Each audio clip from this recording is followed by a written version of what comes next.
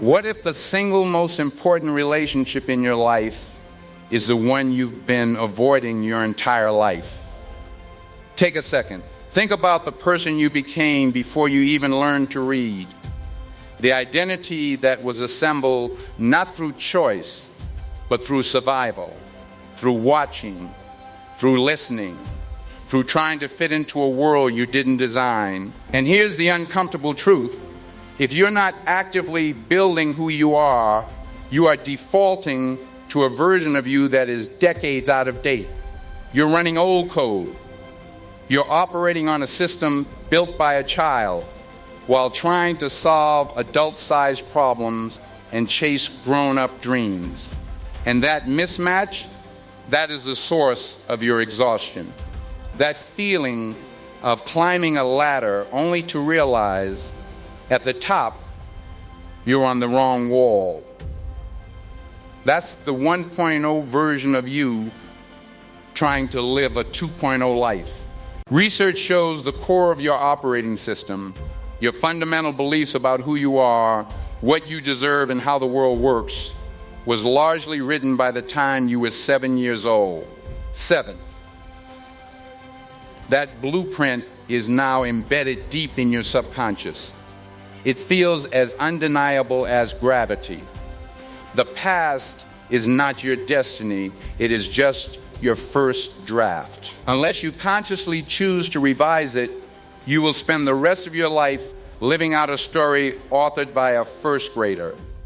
You are a 40-year-old trying to build a fortune with a 7-year-old's map. That's why the hustle isn't working. That's why the strategies fail to stick. You are trying to build a skyscraper on the foundation of a sandcastle. So let's be clear, you don't find yourself. That's a myth.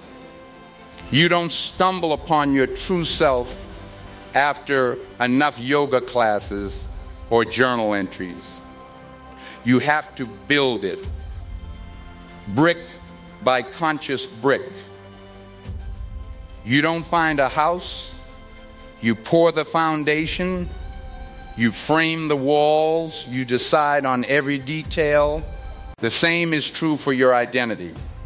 You must decide who you need to become to create the life you see in your dreams, and then you must become that person. But why is that so hard? Because that new potential you is buried. It's buried under layers of people-pleasing. It's silenced by the fear of judgment. It's held back by guilt for even wanting more. And the most deceptive part, you've mistaken those layers for your core. You think the people pleaser is you, the procrastinator is you, the one who plays small is you. They are not. They are just old programs left running in the background. This brings us to the central choice of your life. You are either being programmed by your history or you are programming yourself for your future every single day. The data is staggering. Most of our daily thoughts are repetitive, and a vast majority are negative. You are literally reliving the same mental and emotional day on loop with a script you didn't even write. To change your life, you must first change your inner narrative. This is where the most radical act comes in, choosing yourself. And immediately the old program kicks in. That's selfish. Let's dismantle that lie right now. Choosing yourself is the least selfish thing you can do. Choosing yourself is not an act of abandonment, but an act of creation. Think about it. Who benefits from the tired, resentful, depleted version of you? No one. Not your partner, not your children, not your colleagues. When you are running on empty, you have nothing genuine to give. You are modeling exhaustion. You are teaching others to disregard your needs. But when you choose to fill your own cup first, when you work on becoming that 2.0 version, everyone in your orbit wins. You show up with clarity instead of resentment. You lead with energy, not obligation. Science backs this. Those who prioritize self-care and self-reflection have better relationships, parent more effectively, and perform better at work. The root of everything, your career, your relationships, your peace, your finances, is your relationship with yourself. It is the foundation. You cannot build a palace on cracked ground. You can't out-hustle a deep-seated belief that you're not enough. You can't outlove a fundamental disconnect from who you are. Most people try to fix their life from the outside in. They focus on the job, the weight, the bank account. But those are just symptoms. The cause is internal. Fix the foundation and the entire structure becomes solid. So, what is the practical step? You must work harder on yourself than you do on anything else. Your job gives you a living. Working on yourself builds a fortune of peace, connection, and purpose. This means creating non-negotiable space every single day to sit with yourself in the silence, to ask the hard questions. What do I need right now? What belief is driving this fear? Who would I be if I weren't afraid?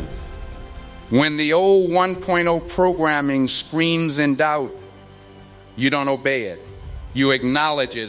There's the old software. Thank you, but I'm upgrading. And you consciously choose the thought, the action, the response of the 2.0 version you are building. You parent that inner child with the wisdom you now possess. This is the daily practice. Every time you ignore your own needs to keep the peace, you pay a tax on your future self. Every time you wait for permission to be you, you defer your life. But the opposite is also powerfully true. Every time you choose you, your growth, your peace, your truth, you invest in a future where you win. And because of that, everyone you love wins too. The ripple effect is real. You need to choose yourself, not once, but every single day, in the small decisions and the big ones. Without apology. You are not being handed a life, you are building one. And the primary material, the most crucial component, is you. If this resonated with you, if you're ready to start building, then do this channel a favor and hit the like button. It helps more people find winds of thought. Remember, the journey to your 2.0 starts with a single conscious choice.